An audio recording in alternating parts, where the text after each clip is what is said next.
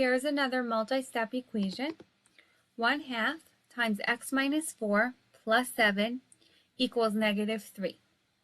Okay, you could start by distributing the half, and you'll have a half x minus 4 halves plus 7. But we did discuss that if x is only in the equation once, we could go right ahead and do inverse operations. And we said when we're doing inverse operations with something with parentheses like this, we want to think very carefully about going backwards of PEMDAS. Okay, so starting with the end, undoing the addition and subtraction, then undo multiplication and division, then exponents, which we did not get to yet, and then parentheses. So when I'm looking at x, I see x is in parentheses. I'm just going to say this is something in parentheses, saving it for later.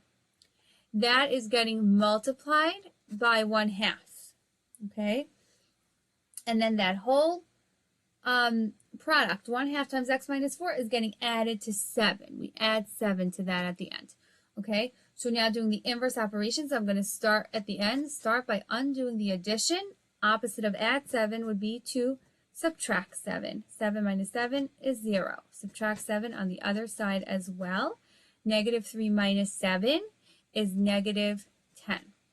So I'm left with 1/2 multiplied by x minus 4 equals -10. Okay, so to do the inverse of multiply by 1/2 would be to divide by 1/2. Or we just think of it as multiplying by 2. You guys know that you multiply by the denominator in order to get rid of the denominator, right? And then we'll just be left with 1, which is great because 1 times anything is just that thing itself. So if we just have 1 times x minus 4, we just have x minus 4, right? So we can multiply this by 2 because that cancels out that 2 on the bottom. And we can multiply by 2 on the right side as well. So now we just have 1 times x minus 4, or just x minus 4. And then -10 times 2 is -20. And now we have the stuff in parentheses. Okay, so now we're going to deal with the stuff in parentheses, which actually says subtract 4. So we need to do the inverse of subtract 4, which is to add 4.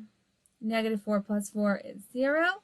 -20 plus 4 is -16. So our answer is x equals -16.